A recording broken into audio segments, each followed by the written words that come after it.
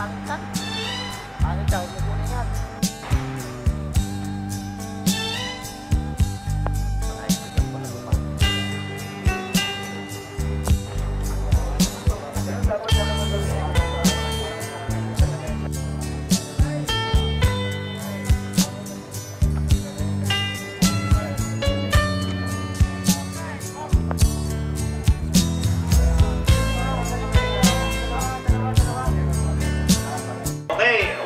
Magpakilala ko, ako po si Alex Aguilar. Pansamantala po, ngayong araw lang ako po ang inyong magiging host. Okay po ba yun? Diwa, siyempre, matagal na rin po nating kasama sa Kilusan, si kapatid na Seni Maranan ng Feduda. At katabi niya po ang leader, Pangulo ng ACTO, si kapatid na Efren De Luna. Okay, nandun po sa ating gawing kanan ng ating kapatid na si Yusek J. Layog ng DOE. At siyempre po, kasama rin po natin si Calando Marquez ng ELTO. Muli kanina, ELTA, tayo po tayo.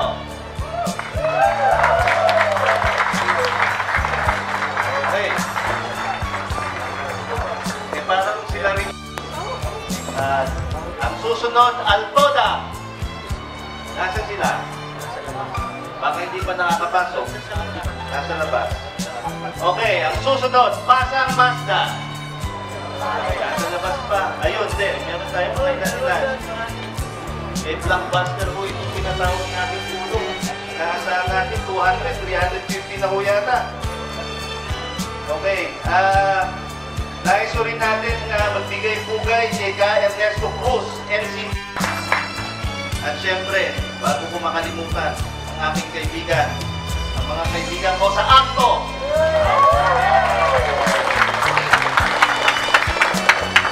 Kanya-kanyang bala, no?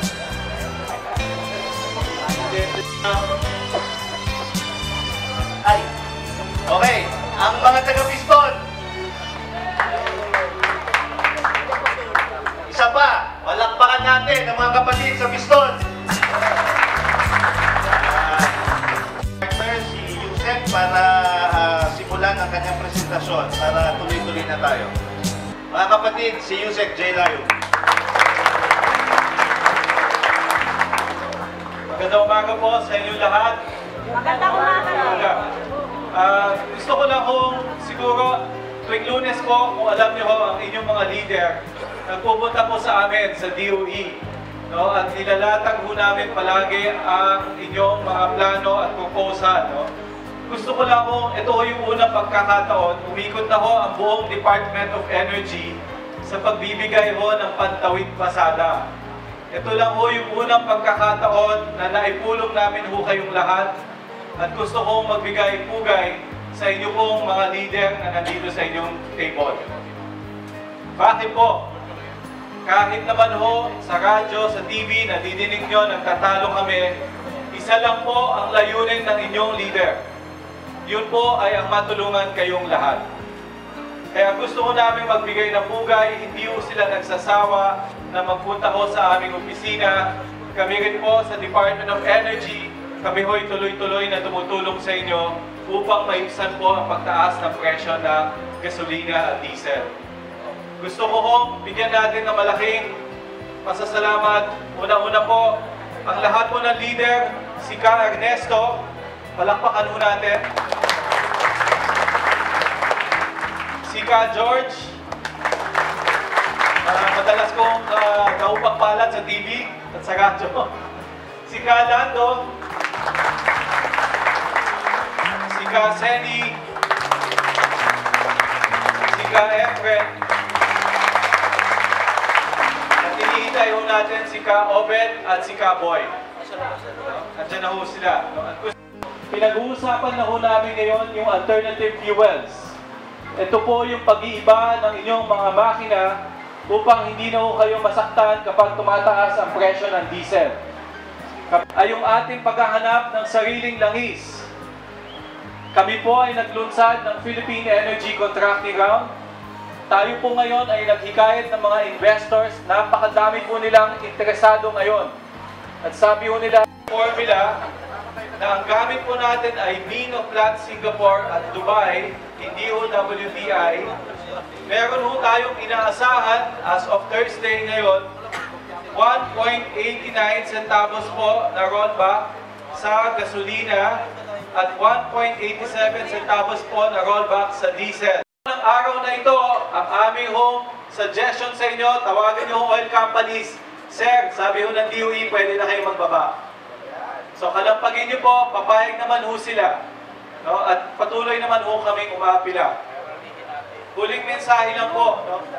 Ang aming hong pagtulong, lalo na ho sa Department of Energy, wag lang hong bigyan ng kulay.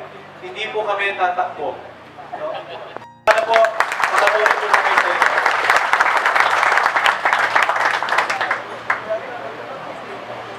Maraming salamat, Yusek J, sa iyong update. Ngayon, alam ko medyo pressed for time tayo, no? So without much further ado also, ibigay ko po sa inyo ang inyong congressman ngayon from One Utak Party List para naman siya ay magbigay ng kanyang maikling report. So mga kapatid, palakpakan po natin siya. Si Alex, matagal lang magkakilala nito eh. Hindi na lang po pakita. Magandang umaga po sa inyo lahat. Mga kasama ko po dito. Parimboy, Kaseni, Kaefren, si Kajay. Mag-ibig po sa magsabi sa atin kung kailan tataas. Kung kailan po baba. Sa meeting po namin sa Lunes. Ano po? Si Fernando, si George, saka si Ernesto. But anyway, ako po bilang representante nyo sa transport, sa Manutang, One United Transport Coalition. Medyo papaliwanag ko po itong mga konting resolution o mga House Bill 9 po natin sa Kongreso. Nag-i-include po nung sa elementary at high school, doon po sa curriculum ng high school at elementary ng road safety po para po sa mga bata. Alam niyo po, ang road safety po ay napakalaga sa atin eh. Bilang sa tayo sa transport, ang aksidente po ay number 1 po sa pedestrian, hindi po sa sasakyan. Pedestrian po ay consist of about 60% po ng fatalities. Sa mga bata po ang nangyayari. Kaya po ngayon, may po announce bill, alam po sponsor po ni Agam Representative Angelo Palmones, ito po yung inclusion sa curriculum ng DepEd para po sa elementary at high school, para po sa kalaman ng mga bata tungkol po sa road safety. Lahat po ng jeepney drivers at operators, maging sino man kayo, kasama na po kayo sa pag-ibig. So, pag kayo ay pag-ibig member, pwede po kayong magkaroon ng dalawang bagay po ang pag-ibig, ano, kadalasan na nababanggit lamang ay yung housing benefit, ano? But ang pag-ibig po actually, dalawa ang pakinabang nyo, savings at housing. Sa savings, nilalagap ninyo ang inyong ipon, lumalaki, kumikita, mas malaki pa ang interest sa bangko, at the same time, pwede kayong umutang ng mga multi-purpose loans, mga short-term loans para sa mga dagliang pangangailangan ninyo. Kadalasan, may isip lang natin na mag-ipon pag kailangan na natin ng bubunutin, ika nga. Sa pag-ibig, hindi lamang po dumodoble, trumitriple po yung kita ng inyong ipon.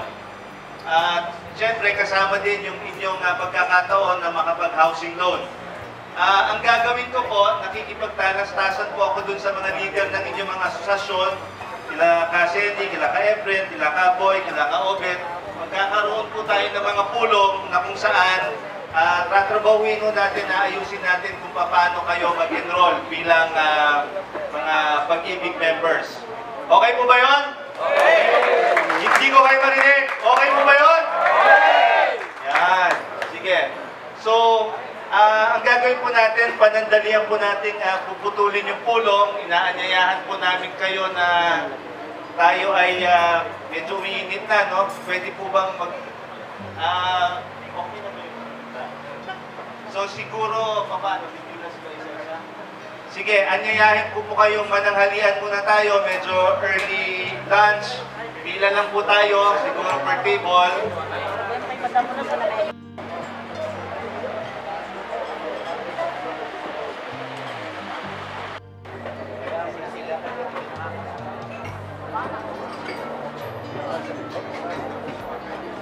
Kaya dito ay sasabihin namin si Vice President, kung siya rin naman ay meron tinatawag na daan patungo sa pagpunlat ng tanong.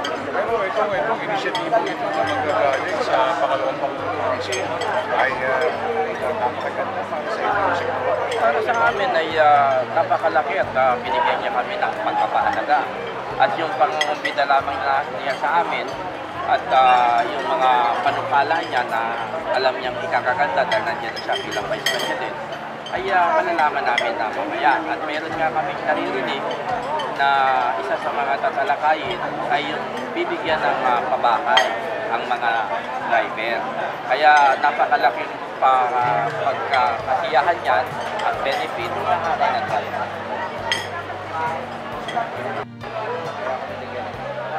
Para makabawi ito. Kasi negative 2,000. Tanghali.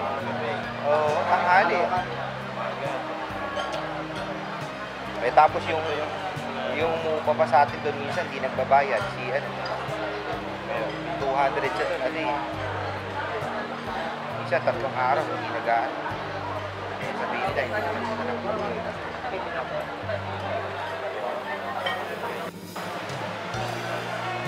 Pwede ba magpapito tayo?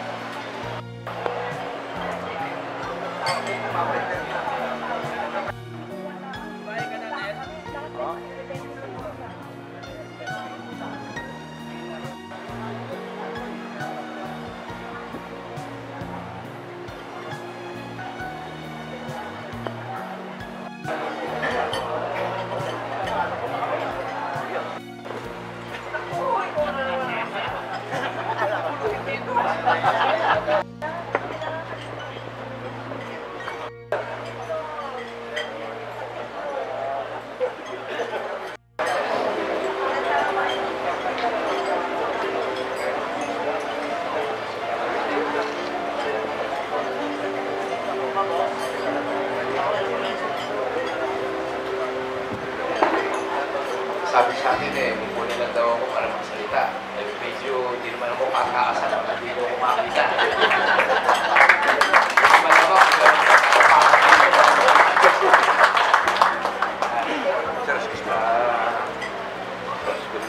kaya nyo munang magpaguto ako ng pagpati sa mga namuna sa inyo sa pagpunta nyo rito. Siyempre, sa aking naanak po ito sa kasala. At siguro pagkatuwa ko ng mga hindi sukat nakalayan sa buhay ko. Itong pagkakasal ko ni Yusek, yung sasama ko na yata ito. Alam niyo kung bakit? Kasi ang tatay ni Yusek Lai, tatay niya pa-eskwela ko sa grade school. At ang tatay nito kunsihal sa Pasay. Kaya hindi malayo, baka sakali maging senador o vice president o president o si may lahing politiko. At tapos, ang napangasawa nito, ang nanay naman, ka-eskwela ko sa high school. Yun sa nakakita ng gano'n pareho kong ka-eskwela, isa grade school, isa high school. Hindi ko masyado nakakasama si Jose. Pero tatay nito, Husay kumanda. Kinakanta ng tatay nito, pagkakaruso. Pero kasi gwapo ng tatay niya. Yung ating si Engineer Homer Mercado sa One Utak Party List. Sa Pejuda, tagal ko lang hindi nakikita ko si Seri. Pero bago mag-seri, yung asawa nito, kasama namin na kumpa. Alam mo sa private job. Palit tayo yung ni Yusek Lai. At saka yung grupo ng mga jeepney drivers and operators, iniisip-isip ko kanina, abogado ho ako noong 1968. O nag-abogado na ho ako sa maraming mga jeepney drivers and operators. Doon, autokalesa pa, AC. At kaya ako nakasama doon sa Jeepney Drivers Foundation. Ito yung aking titignan kung paano mabuhay uli yun dahil sa naubos yun na rin eh. Hinihilig ng pondo para makatulong. Kaya lang, malungkot ang aming mga naging karanasan doon sa aming pinasukang pagtulong. Maraming mga hindi nagsibayad ang kanilang mga inutang. Hanggang Davao, yung Tagbuko, pumupunta pa ako doon. Ikaw, Efren, ano ba talaga? Ikaw, Efren, ano ba talaga si Bonnie? Tatay mo ba yan? Tiyo mo? Kami nila Bonnie magkakasama doon. Kasi sinundan ito si Tony Bonifacio de Luna. So, namumuno ng APCO. APCO pa rin pangalan niya. APCO na nila. Si Efren de Luna. Sa LTOP, si paring Aurelio Marquez. Ito, kasama namin ito sa Makati. Kaya nung umibalay na ito sa aming samahan. Hindi na ikinig. Kami ayos kami sa Makati. Pinangako ko kung walang mangyayari.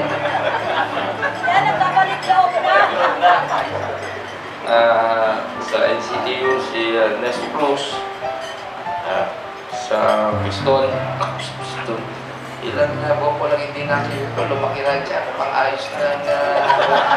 ayos na sindikato nito. Basta. Sorry, hindi ako nakapunta sa memory mo. Baka hindi ko rin nalalaman, chairman ako ng Pasambas na isa lagi kong kakakala yung sinasabi, ha? Dapat sa inyo mga nagsidalaman dito, maraming salamat at kakalugo nagka-oras. At ngayon po, pinatutulayan na tama lamang na kami magkaroon ng malaking lugar. Kasi nung ako tingin naman ninyo sa akin, parang may nakakita ng aswanga.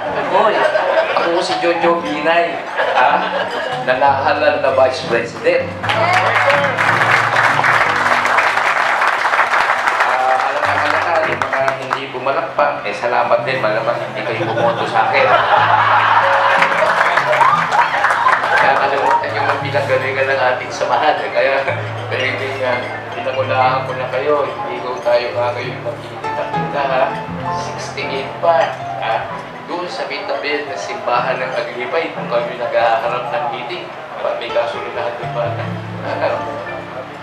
natapag nyo, ha? Ano ba't malaki-laki na ho ang lugar ko? Kasi aking lugar natin, mga ikapito lamang ng floor area ng 7th floor ng Philippine National Bank. Ngayon, wow, may simoy pa lang na magandang simoy nagagaling sa dagat. Kaya sa isang buwan kong pagtira dito, kung iniisip ko, di na ako aalis dito. Talagang pinaglaban ko ito para ako magkaroon ng sarili. Bakit, di ba yung presidente at merong bahay sa Malacanang? Pero yung mga gobernador, alam niyo ba yung mga bumisay sa lalawigan? May governor's mansion. Bakit naman yung vice president pagdating ng alas 5, uwi ka na sa ibang bahay? At least ngayon, itong lugar na ito, ito na ho ang official office and residence ng vice president. Yung palakpakan ko, parang sinasabi niyo, Ben, mag-regular meeting tayo dito. Pwede. Pwede, ha? Pero dahil sa kakulakan ng budget, kanyang dala ng pagkain. Diba, kung susunod na meeting, kasama yung DOE, sila magpapakain, may hirap naman kayo. Usapan dito, 200 lang, 300 lang, tempok na yung budget ko ngayong araw na ito. So, ano ba't tayo po nakatutuwa magkita-kita, nagkapakilala ng bawat isa. Basta ito ko, hindi ko nagbabago, karamay po ninyo ko sa mga issue lagi natin iharap na karamihan naman tama. Huwag lang makikialam ko si George, medyo nabubog sa ibang basta tayo hindi tayo magpupulahan na. Galing ako sa Marcha, galing ako sa Rania. Bago ako na-pesto dito. So, yung isang bagay na napabot ko sana sa inyo ay nagawa na ng paraan ni Yusek Layo, yung kung yung ibababa yung halaga ng talis. So, okay na po tayo doon. Pangalawa, ang pag-uusapan yata natin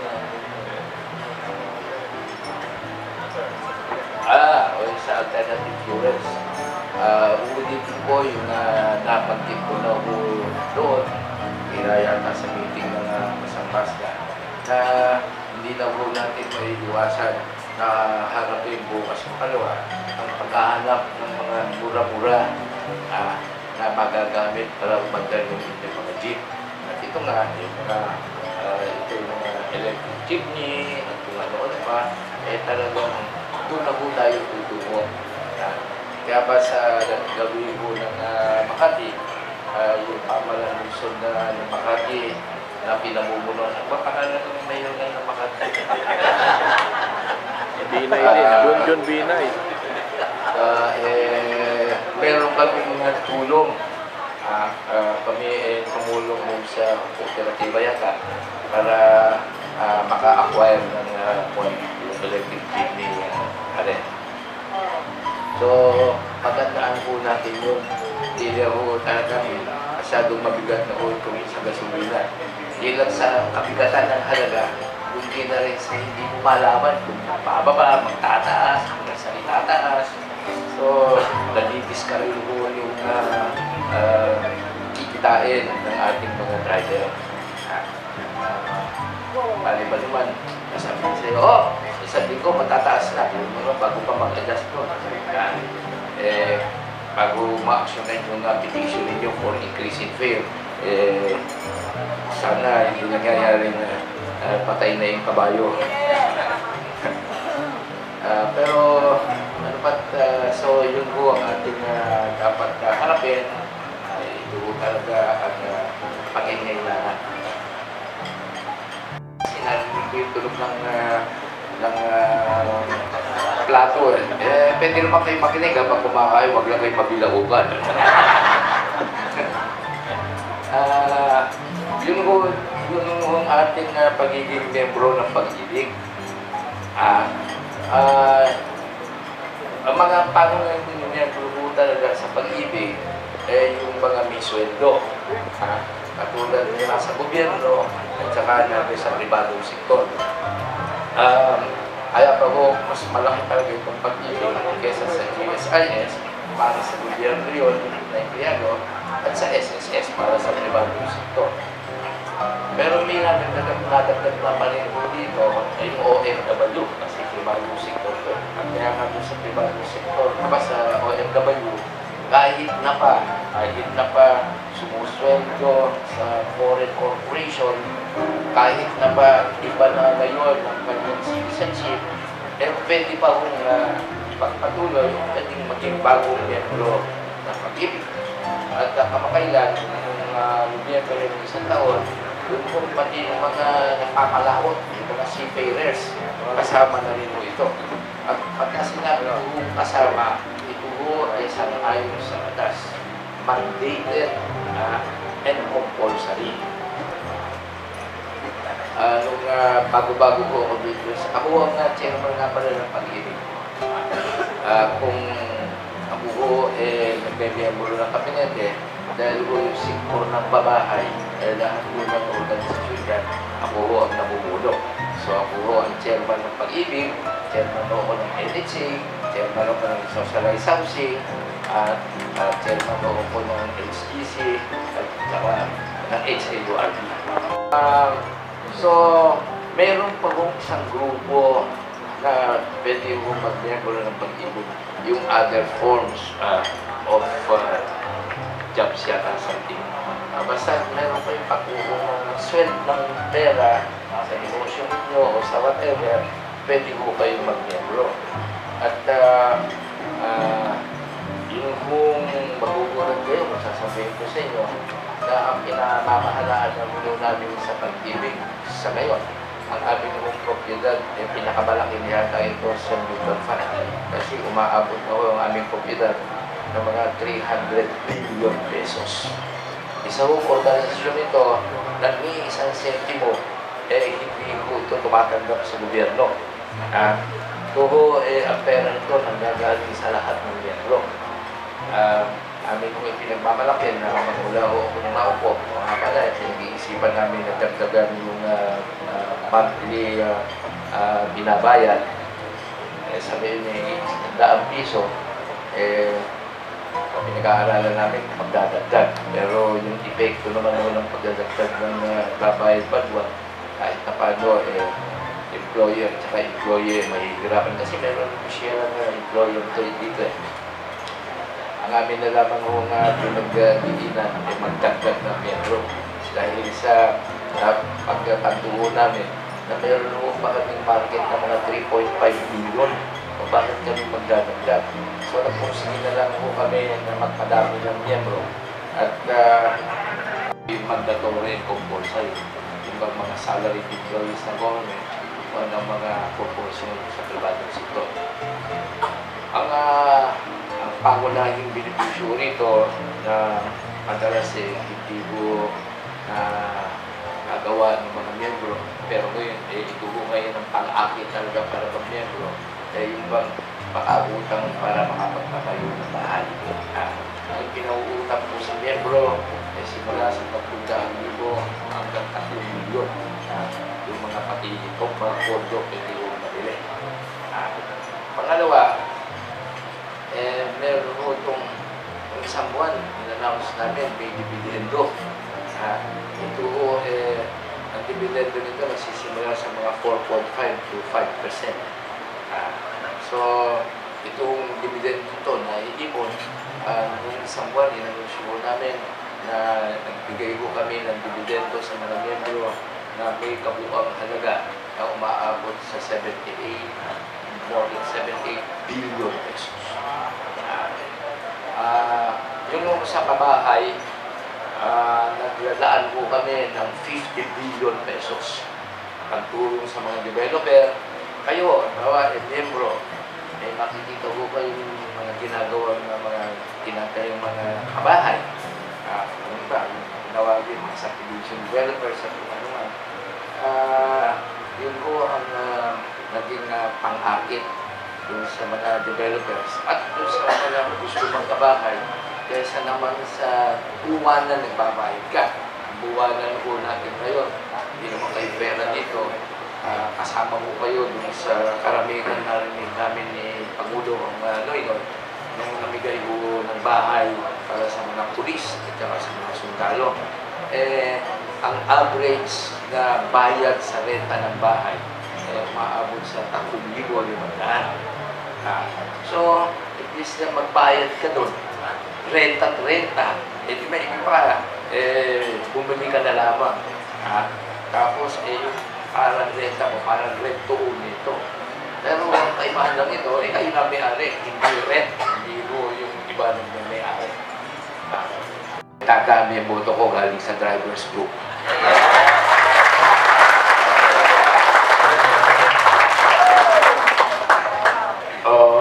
Sige ho, ako naman, hindi ko ugali, ako lamang ang nagsasalita. Tayo ko, magkakaroon ng pagkakataon, meron ho tayong open forum, ano ba ho ang gusto ho yung kinain, na dapat po pa rin na pwede ko naman umagang pala. So, maraming salamat po ulit kayo nagsigalo dito. Pero magkakaroon na tayo ng regular meeting. Pinangako ko kay Yusek J na orasan ko kayo siguro minsan sa isang pero tayo gawin ng himlaya. Kung hindi naman, bukas ko ang tagapan para tumanggap po kami ng mga sulat sa inyo na gusto ko ninyo iparating sa tagapan. Ito ho, sa Banbang, marami ko sa inyo, halos lahat sa inyo nalalaman. Pero sa hindi ko nakakaalam, natutuwa ho ako at binigyan ko ng tiwala ng Panginoon Noynoy OON Presidential Advisor for Overseas Filipino Workers Concern. So lahat po ng problema ng OFW, akin pong kinakalinga. Kaya bawat yung babiyahe ko, inuurasan pong harapin yung mga OFW natin. Kahit na paano, nakagawa naman ng tulong. Lalo na po yung mga taga Saudi Arabia na hindi mo makauwi-uwi. Si Yusek Jay, para pakinggan mo, namin yung naman po pwede namin masagot o yung mga bagay-bagay na dapat po namin pag-aral at yung parating po sa kasama na bumulo sa akin. So maraming salamat po.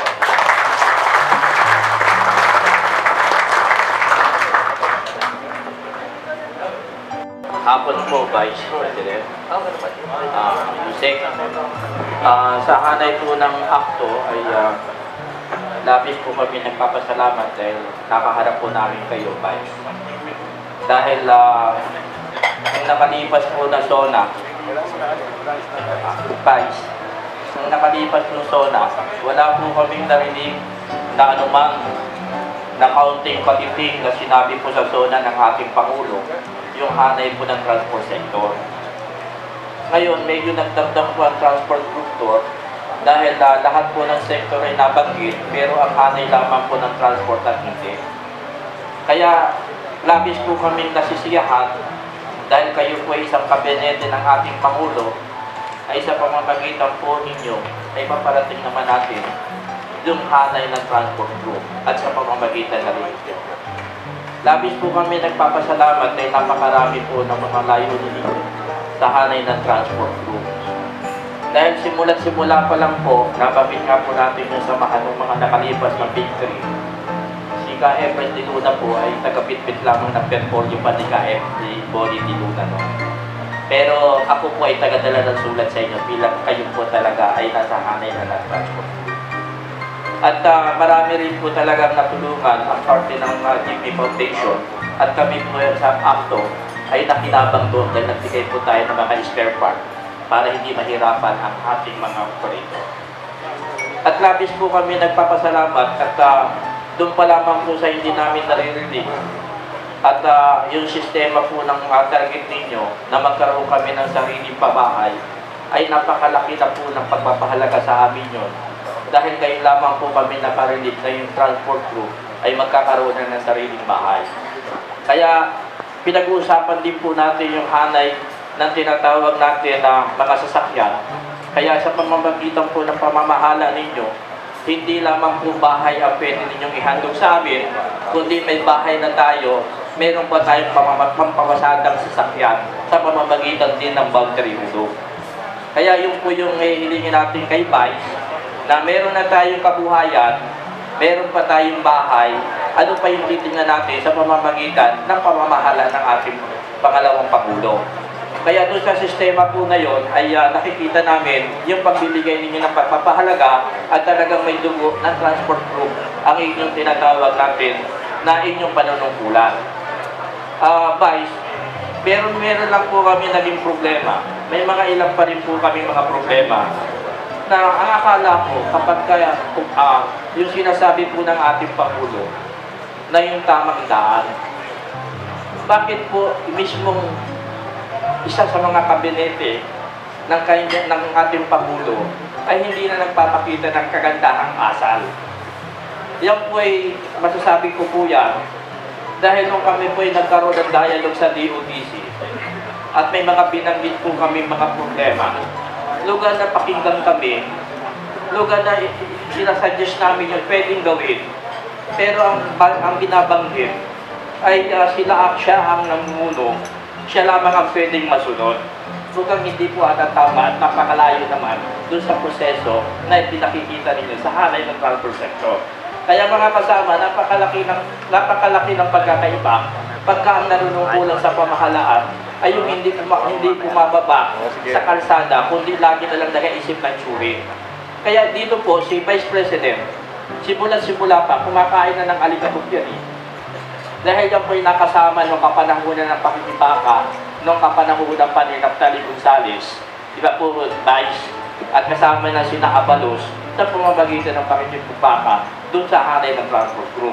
Kaya hindi po tayo mahihirapan na lumapit ang hanay ng transport group at number 1, bigyan ng pagpapahalaga ng ating Vice President ang hanay ng transport group.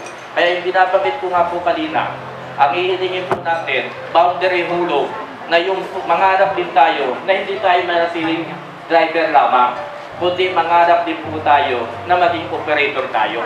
Kaya kung sa pamamagitan na naging operator na yung isang driver, 100% makakabayad na yan doon sa parcel ng angutangin nating pabahay na inahandog ng ating Vice President. Kaya lumalabas, meron na tayong kabuhayan, may sariling bahay na tayo. Kaya yun po yung nakikita natin na tunay na naglilingkod sa hanay ng transport group. Isa pa po sa mga problema namin ay paparating din po natin dahil hindi na po kami nagtitiwala doon sa Department of Transportation and Communication sa DOTC dahil hindi po napaparating ang aming mga problema. Number 1 po yung Department Order, DOTC Department Order 2008-39. Isang makatarungan ba yung isang Department Order sa pamamagitan ng violation lamang ay yung rearing stripper, tatanggalan mo ng re-revoke mo ang driver license. Isang makatarungan po ba yung Vice President? Kaya hindi makikita, yung dating 150 lamang ang babayaran, ginawa po nilang 1,000 sa first offense. Kaya nagiging weapon ng graphing corruption. Yung sa pamamagitan po ng two-group system, na nagkaroon po ng tinatawag na nagsama-sama ang two-group system, na para nagsama-sama po sila, para araw-araw ang magkaroon ng tinatawag na aksidente, ay mapapayaran ng two-group system dahil nagsama-sama po sila ng 35 na iba-ibang pangalan ng insurance. Pero ang ino-open po ng ating mahal na sekretary, i-open sa lahat kahit sa mga peke. Kaya hindi makatarungan para sa amin yun. Yun po yung isa sa mga tinatalakay namin na hindi niya lubos na naiintindihan. Kaya nandito po kami, bilang bukas po ang inyong tinatawag na tenga para doon sa problema ng transport sector, gagawa na lang po kami ng isang letter para maiparating po natin sa ating Pangulo.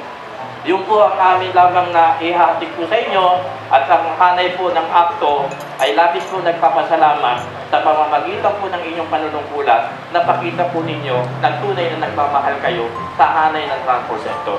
Maraming salamat po at pagpalain kayo ang po kay Kapag. Gabriel, sarap naman magsalita. Sabi, music to the ear. Maraming salamat. Kami ho kinatawan ni Pangulong Noy. Hindi naman ho ibig sabihin na kung hindi ho kayo nabanggit doon, kinalimutan na kayo. So kaya ni narito nga ho kami music na lagi ninyo lamang napulong. So, it's a working team kung sabihin ko. Yung punta na sinasabi ko, actually, ang operating group yata dito, LTMRB, yung nag-i-implement. LTO pa rin. LTO. Siguro,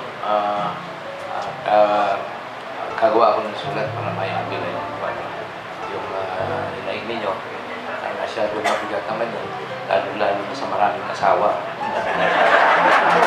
At ang kalaban ng pulis sa paramihan ng asawa, driver ng jeep. Ano ba yung nakikita ko dati sa jeep?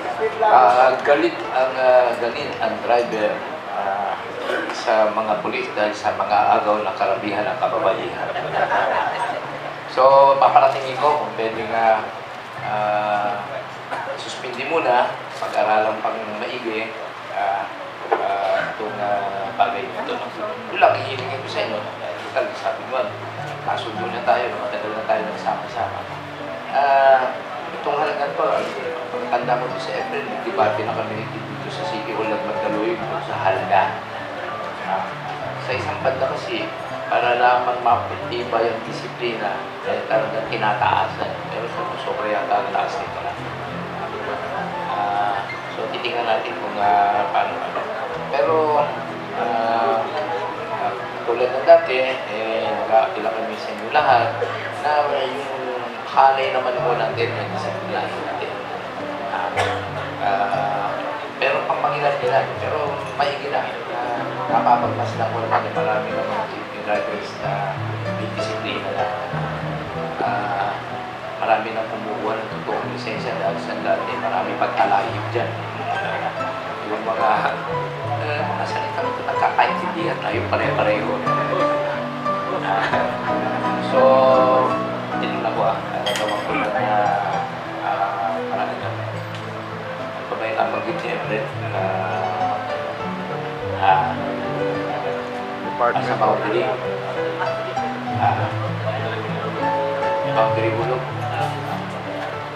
Ano mga ito doon sa kumakakuha tayo sa United Nations o doon sa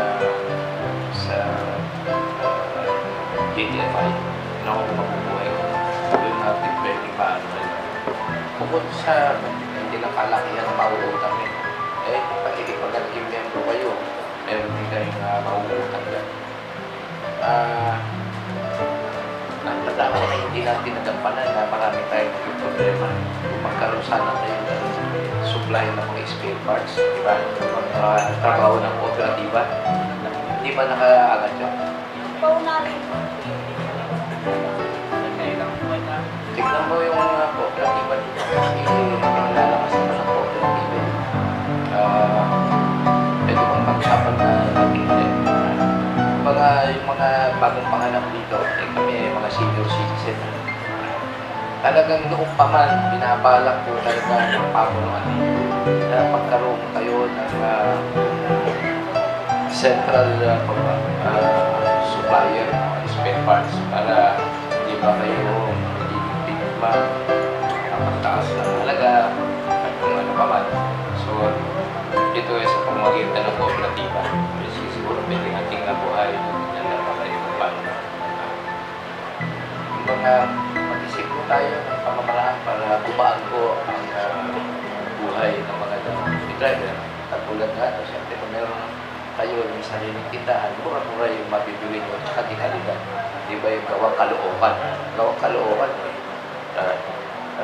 inaayos-ayos lang yung bakal, ayos na. O sige, ayos na ako yung brand. Babalik.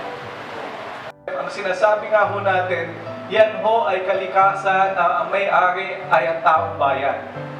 Hanapin po natin, tawagin natin ang mga banyaga, sila ho maglagas ng pondo, ang pamahalaan wala akong pondo. Tawagin po natin sila ho magbutas dyan. Kapag nakakuha po, may batas po tayo. Ang PD87 ho sabi, 60-40 ang sharing. At ang una hong merkado, pag nakanap tayong langis, Pilipinas po. Tayo ho makikinabang. Hindi ho ang bansang banyaga, ang Pilipinas po. Tayo lang ho sa bansang Asia ang nahuhuli. Lahat po sila yumayaman dahil may sariling langis. Tayo ho, walang nangyari. Bakit ho? Hindi ho sila naniniwala sa dating pamahalaan. Ngayon po, 300 po, kasama po ang vice-presidente, nung naglunsad po tayo dun sa Philippine Energy Contracting Round, nandun po lahat ng banyaga. Kasama ho ang Chino. No, at lahat po sila na tumatanggi, hindi daw sila nagpunta. Hindi po totoo yun, pumunta po sila. Sila mismo gustong mag-oil exploration sa bansang Pilipinas. At patuloy po ang Department of Energy na susulong po sa paghahanap ng langis para sa ating lahat. Sa Mindanao. Talaga, sabi ko lang, meron na po kaming cabinet meeting ngayon. Ito inanunsyo lang ng Police. Dahil sa yun yung mga priority bills na ipipresenta ng Malacanang para mabigyan ng priority. Sige po. Ako nga pala si Carlos Cantoto Cerrillo. Presidente po ako ng Mindanao Alliance Transport Organization po. Affiliated po kami sa Pasang Mazda po. Alam nyo, Vice President, takot ako baka hindi lang makapusilita kasi puro na si Kadyo sa tumitira eh. Sabi ko na sa inyo, okay. Hindi natin Kaya binigyan ng mic yun. I strongly naging ako ng ano kay Sir Layo, kay Yusik, na sana doon sa DOA, kasi absent siya na nandun tayo eh. Kailangan lagi sa president. Ka George, gano'n ba si Ka George? Yan na eh. Okay lang, ang amin lang ipaabot ko sa inyo. Nag-enroll na sa Cancer Institute. Okay, so, gusto ko lang po ipaabot po sa inyo, kasi napakaganda po, yung sinasabi po kanina ni Ka Efren. Kasi po ito na-deliver na po ito sa Congress. In behalf po kayo po ay isang cabinet member po ng Paulong Arroyo, Pangulong Noynoy Aquino, ay baka naman maipaabot po kasi po ito ay na-deliver na po ito sa Congress as far as Department Order 39 Series of 2008. Ito po napakamahal ng multa po ng violation po dito sa mga driver. Kaya po pinapatuloy na sana po ito, binigay na rin po namin ito, ang sulat po doon kay Congressman Mercado po ng Leyte. Noon po ay September 2010. Ngayon po ay aabot na po ng 2011. Eh, magawa niyo na po, wala po deliberation po. So sana po matulungan niyo po kami Vice President. Then, lastly po, maganda po pakinggan yung sinasabi niyo po Vice President, yung mga pabahay, wala nagigibain. Eh, nandito po kami para malaman po ng lahat na sana po hindi po mangyari sa inyo ito. Sa Mindanao po, meron po si as bilang chairman siya po ng Housing Urban Development Coordinating Council, bilang chairman po kayo. Meron po kayong director po ng HLRB na napakatorpe po. Giniba po yung aming tahanan doon. Giniba kahapon po, nagkausap po kami ng inyong CEO at Discipline Commissioner Bernardo po. Sabi ko po sa kanya, ay hindi naman po pwede sasabihin nyo na, sige at susulatan ko muna siya. Binigyan mo na sample, sabi ko, tinuturo ko na nga eh. Andito na yung rapist, andito na yung upper, andito na yung killer, bakit susulat pa tayo? Well, in fact, sabi ko, hindi po ako magsisilta, binigyan ko po siya ng tatlong video tip po. Makikita nyo po sa video tip po. Makikita niyo po, naghatakan po kami ng inyong Director President RB. Sabi ko sa kanya, papatayin kita ito kapag pumasok ka rito. Yes! Alam niyo po kung bakit, Vice? Kasi sabi ko sa kanya meron ba kayong authority from may-ari ng lupa na kayo pumasok dito? Ang trabaho niyo para sa... Wala na. Po, muna po, may pagbati po sa inyo, Vice President. Nakikita ko po rito, naalala ko yung naalala ko po yung yung inyong advertisement, kaya kayo po yung kinakausap. Kinakausap niyo po yung transport, kasi naalala ko po yung advertisement niyo. Siguro, ginagawa na po ninyong lahat yung para sa amin sa transport ngayon, para siguro by 2016, at kayo na, ay wala na kayong gagawin para sa amin. Alam mo, ako po si Harry Ambrona, ang presidente po ng Camarines Norte Transport Federation of Jeepneys, Multicabs, and Contrans. Meron po kami 17 associations doon, at kami po ay bumabiyahe sa 12 bayan ng Camarines Norte. Unang-una po, pangalawa po, ako po ay nagpapasalamat kay Ka-Efren Luna, ang aming pong, kami po ay nakapaloob sa kanya sa kanilang sa akto, at nagpapasalamat po ako sa kanya dahil ako ay naimbitahan na ako ay makipag-audience naman sa ating Vice President. Ngayon po, ako po ay may isa lang po akong concern na sasabihin ko po sa inyo. Ako po sana hindi na ako magtatanong eh. Subalit, narinig ko po na kayo po yung chairman ng Housing, Land Use and Regulatory Board. Ano po, ito po yung, kaya po ako nagkalakas ng loob. Kasi may problema po kami doon sa Camarines Norte, wherein yung Sangguniang Bayan doon ay nagkaroon ng municipal ordinance na kami po ay pinipilit na pumunta o after reconstruction ng public terminal ay kami po ay pinipilit na pumunta doon. Kami po ay mag-avail noong terminal nila. At ito pong location ng terminal nila, yung proposed terminal, ay nasa along Diversion Road. At sa along Diversion Road po, ay ang sinasabi po sa XLURP, yung locational standard ng public terminal ay hindi po dapat along the Diversion Road. Yun po ang isa, yan po ay pinaglalaban ko na po hanggang doon po sa Sangguniang Panlalawigan. So siguro, inire-request ko sa inyo na makausap naman siguro Secretary, DILG Secretary Robredo, kasi no less than himself, ay nagsalita siya. At nagpadala rin po siya ng sulat na hindi kami pwede talaga obligahin.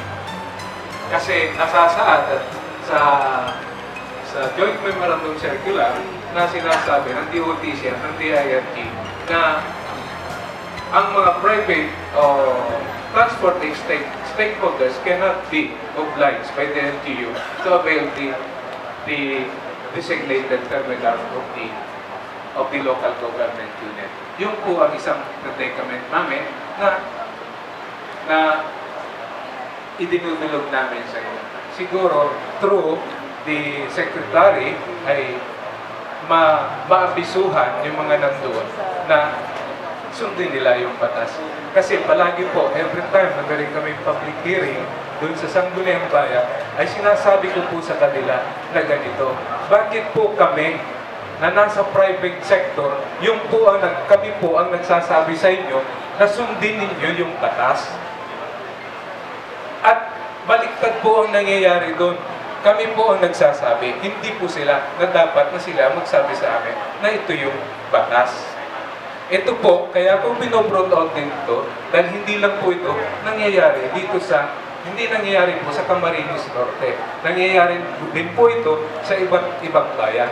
Na wherein, yung mga LGU ay pinapakialman po ang Republic Act 4136 at sinasabi nila na may empowerment sila through the yung DILG code.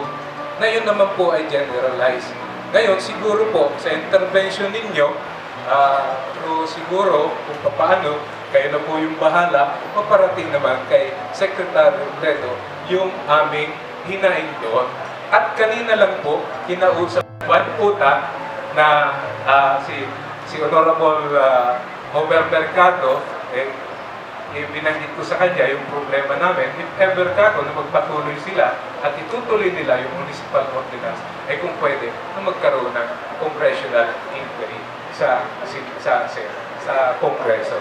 Ano po? Sasagot po. Sige po. Yun lang po. Wala na po ako iba yung tatanong. Sige, na parating mga sa DILG, no? Yung LGU, nakasasakop dyan, yung DILG, no? Ang siguro pwede ko lamang masagot dito ay yung tungkol sa HAURB na nabanggit mo. Kasi yung locational clearance nyo. Pero it seems na ang pag-question mo na sa desisyon ng HAURB yun dahil sa pinipili kayo lumipat doon. Pero yung desisyon na maglagay ng terminal doon, palagay ko pinag-aralan naman yun kung tama ilagay yun. Pero ang kayo pilitin ay hindi na ho namin na trabaho yun. At yung titignan mo kung hindi naman siguro nangihimasok sa trabaho ng DILG. Titignan ko lamang yung protocol no, kung pwede kong tawagan ng pansin yung local government. Kasi ang nakasasakop sa kanila DILG. Walang dahilan para hindi sila sumunod doon. Unang-una, may batas. Yung pangalawa, DILG na nagsasabi sa kanila. Kaya siguro mamaya makikita ko naman si Robredo. Maraming salamat po at yung inyong programa sa pag-ibig, sa pabahay ay pararating po sa mga kasamahan ko. Maraming po salamat. Magandang hapon po, Vice President Jojo Binay. Ilan taon na ba nawawala si Romy? Sa piling mo ha, sa piling mo. 10 taon na po. 10 taon na ba? Sige, bawat grupo, kukunin lang po kayong mga pangkukuhan. Tapos yung mga iba, palitrado lang sa likod.